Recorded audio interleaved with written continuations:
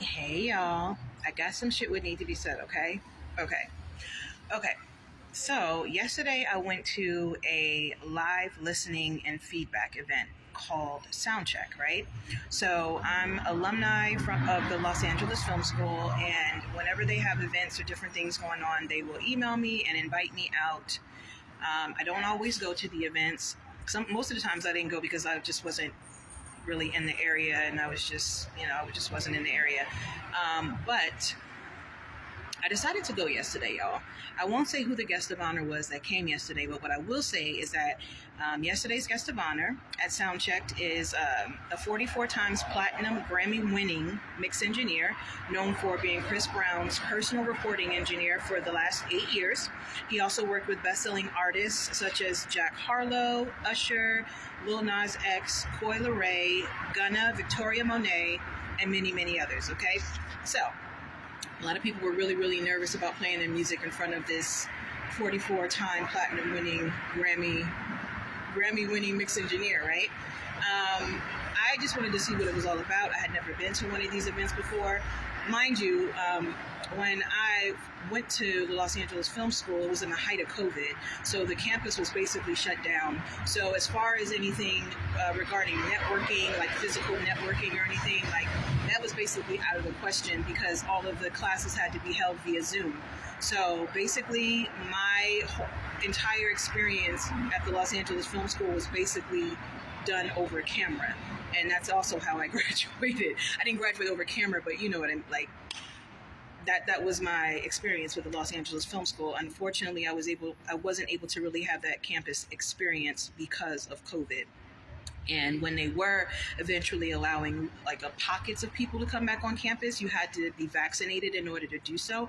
And I wasn't getting vaccinated. So that left me strictly with Zoom. Anywho, because they really, speak a lot about networking and really, getting to know people and introducing yourself and stuff like that. And I get that. I don't have a problem putting myself out there. I never have. I mean, I wouldn't have been able to run businesses if I wasn't able to put myself out there, right? So, but that was my experience. But anyway, so I went to this event yesterday and it was packed, y'all. Like, it was packed. So packed that the entire room was completely filled and people were even standing up. I was lucky enough to get a seat. So the guest of honor came in, introduced himself. It was really nice, seemed really, really nice.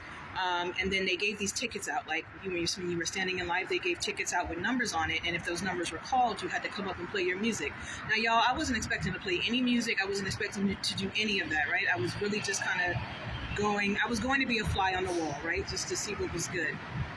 And if networking possibilities or opportunities came up, then great, right? So I went and my number was called. I was like, out of all these people in this room, my number would be the one that get called, right? And I wasn't prepared or anything because I wasn't expecting to play any music, but I still went up there and I played one of my songs for my YouTube channel. I played Hey Boo. I don't know if I should have necessarily chose that song. Maybe I should have chose something different, but that's the one that I chose. After the guest of honor listened to it or whatever, he was like, oh, I would scratch like 90% of it. And I was like, what? And he was like, yeah, he was like, I mean, your vocals are good. And he's like, maybe work on the song a little bit. He was like, but like 90% of it would have to be scratched. And I said, why? And he was like, well, it sounds like, it was like a last minute concept, which it wasn't. Like I literally thought about this, I wrote the song. And he was like, it sounds like you just kind of did it over your phone. And I was like, well, yeah, I was like, I worked in Logic Pro X. Right? I was like, I worked in Logic Pro X, which is a software that has instruments in it, right, that you can use. And after I did the melody and everything in Logic Pro X, then I recorded. At the time, I recorded my voice through the phone. I believe that's how I did it, or I did it maybe through my headphone into my laptop. I think that's probably how I did it, into my laptop with my headset. I didn't have access to studios like that at the time.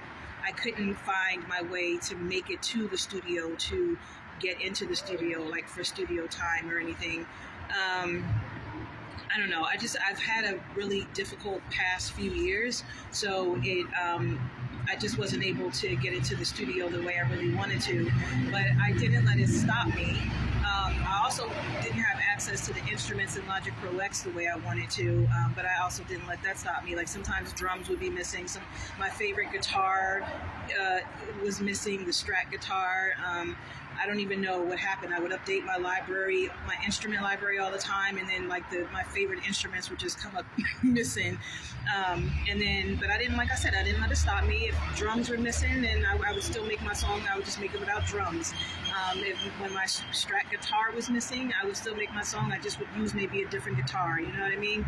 I don't know if there was like mechanical issues, like technical difficulties with the software of why that was happening, but like I said, I didn't let it stop me. I still created my music. I still put my music out because I wanted people to hear what I was about. I tell everybody that I'm not trying to be an artist. I just want to write songs and make music for other artists. I stress that all the time, and the reason why my artistry page is me on there, showing me singing my songs, showing me with composing my music and stuff, is because, like I said, I want people to see what I'm about, to see if they vibe with my music. So when he said he would scrap 90% of it, I understood what he meant from a mixing engineer standpoint, right? I didn't have the proper equipment to be able to do what I needed to do to make it sound better.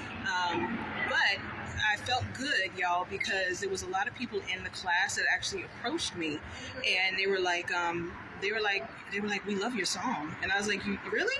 You know, and they're like, yeah. And he's like, we love your music, we love your song, like, we loved it. And I was like, oh, well, thank you. Like, I kind of wish that they all could have said that to the 44-time platinum winning mix engineer.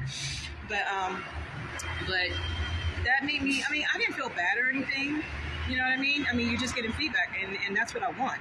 I know how to take constructive criticism, you know what I mean? I mean, that's what I want. And to get it from somebody of that caliber, that's fucking awesome, right?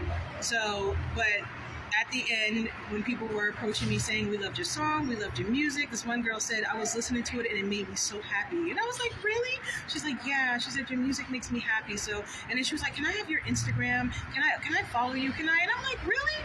And then like these two other guys was like, we really love your song and it made us feel good. And I'm like, oh, thank you. I'm like, you know, thank you. Like, at the end of the day, y'all, I really do feel that, you know, it's about how your music makes you feel, right? Like, even though he told me he would scrap 90% of it based on the mixing engineering aspect of it, which I completely understood, like, I still love my song, I still love my music, I love everything I make, I love everything I create, because it came from me. Like, it came from something deep inside me. Do you know what I'm saying? It's a feeling, it's me. So a person saying that they would scrap my music because of the quality of it, right? Because I wasn't able to be in like a real studio to really do it the way I wanted to do it. It doesn't take away the fact that my talent is there, my gifts is there. And I honestly feel like if that 44 times platinum winning Grammy mix engineer was to go to my YouTube page and check out all of my stuff, because he did ask me if I had any more music, and I was like, yeah, I have like over 400 videos on my page, and his eyes got big and he said 400. I said, yeah. And I made sure that I gave him my business card with my phone number on it, and I also wrote on there my At That Girl Shanda artistry channel on YouTube for him. I said, check it out. I said, I wrote my YouTube channel on the business card. I gave you my phone number. Check it out. You know what I mean? He was like, because I guess we were shocked to hear that I have, but that's not even the half of it, y'all. I have more work. It's just not uploaded.